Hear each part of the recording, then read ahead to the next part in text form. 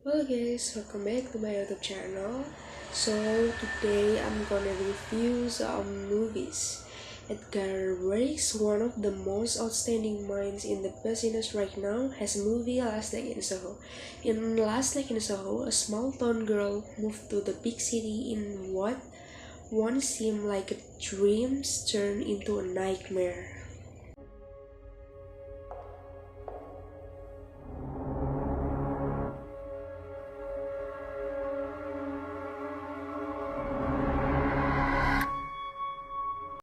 So let's get started with the good. And the first thing to talk about with this movie is that it is unlike anything that Edgar Wright has directed before.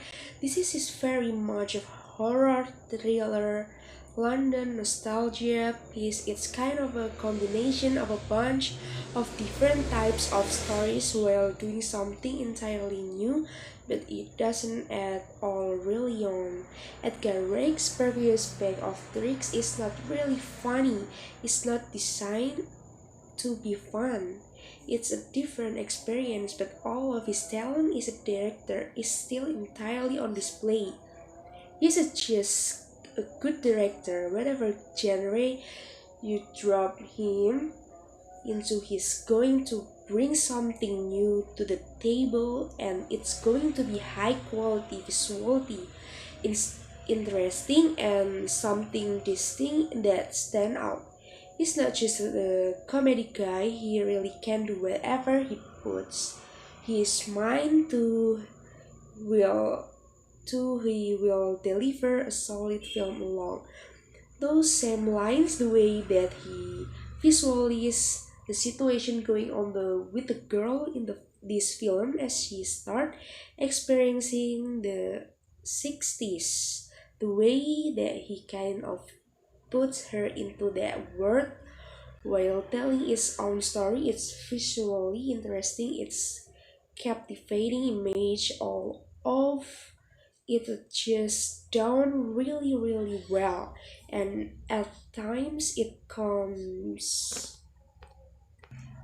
of like this wonderful fantasy, and then when it turns dark it feels like the nightmare that is supposed to be nice. This is a horror film.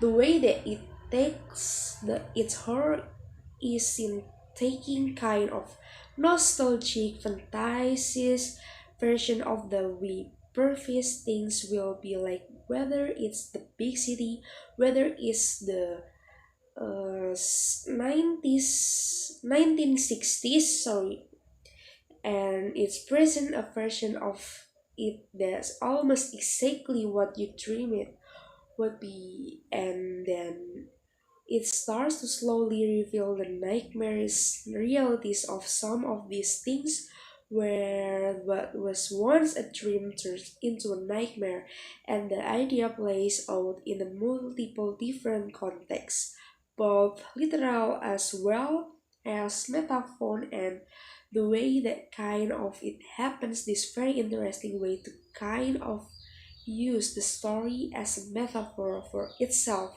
in certain sense, and as the story goes along it becomes more and more nightmarish. The tension is slowly increased as you go along. At the beginning is not like a horror film at all, and by the time you get to the third act everything is kind of wild, crazy, trippy nightmares and it's just slowly transition us into the world one step at a time.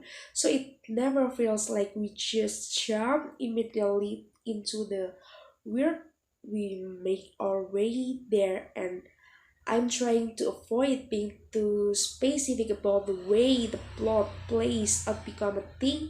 The trailer were internationally used as the to the exact scenario, so I'm trying to do that as well in my review, but it does get overly horror based as you move into the second half of the film, and there are plenty of scary ghostly element, vicious murder, threats, danger, but at the same time there's element to it make it physiological, where you don't know how much is just in person's head, how much is real, and at the same time it's also mystery. You trying to figure out what exactly happened with this specific crime, what happened to these people who was responsible for it, who's still alive, who was it. And that's what makes the movie so interesting. It elements from a bunch of different types of stories: the small town girl going to the big city, nostalgia for 1960s with musical numbers, noir, murder, mystery, and then ghost stories at the same time, and then psychological horror, and blends them all together in a mostly very cohesive tone, vibe, and story that, like I said, transitions slowly from small town girl move the big city into the this weirder aspect as you go along, and just makes for a unique experience. And as I said before, it's nothing like anything Edgar Wright has done before, and all of his talent is still on display. And so if you're looking for a different type of horror film, if you're into kind of like 1960s London culture and what that combined with Edgar Wright style, this is the movies for you. From there, let's move on to the bed. And the big thing here, as much as the first two acts of the film are so kind of refreshing and new, and taking a bunch of familiar things and combining them together into something new, when you move into the third act and it start answering all the interesting questions that have been raised. The answer feel very conventional, some of them are a little bit predictable. It's like, yeah, okay, I kind of suspected that where this was hitting, as refreshing and clever as the build up, as clever and refreshing as the setup and build up, where the actual play of just feels like something that any one of us could have come up with, and just leave you very disappointed. And I'm just a matter of taste as much as respected the craftman and talent on display here. It's not a film that I imagine that I will rewatch all of that often. The idea of going back to the 1960s and exploring it, that's just not really my thing. I think he did a really good job of what he was trying to do, but on the subject matter, stylistically, it's not exactly the sort of thing that I think that I would re-explore all that often on my own. And yeah, this is my final review.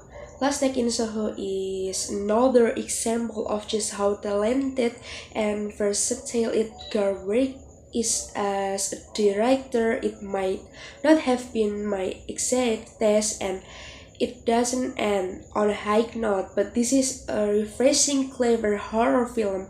Overall, it's a B on the entertainment scale, a 7 out of 10, and horror and Edgar Wright fans, so definitely check this one out. So, thank you so much for watching, and keep talking movie too much.